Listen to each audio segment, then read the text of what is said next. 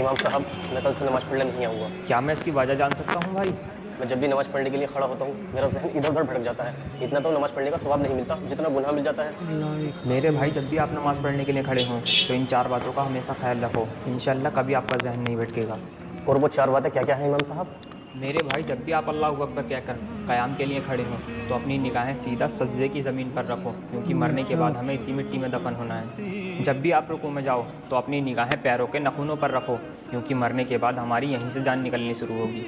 और जब भी आप सजदे में जाओ तो अपनी निगाहें सीधा नाक पर रखो, क्योंकि कब्र में सबसे पहले हमारी नाक ही ख़त्म होगी। और जब भी आप क़ादा यानी अत्तहियात के लिए बैठते हो तो अपनी निगाहें अपनी झोली पर रखो, क्योंकि मरने के बाद सब कुछ दुनिया में छोड़कर आपको खाली हाथ ही जाना है। और अगर आप इन बातों पर अमल करोगे तो इंशाअल्लाह ना आपका ज़हन इधर उधर भटकेगा, बल्कि नमाज में भी दिल लगेगा। इंशाअल्लाह इमाम साहब, मैं इन बातों पर अमल करूँगा।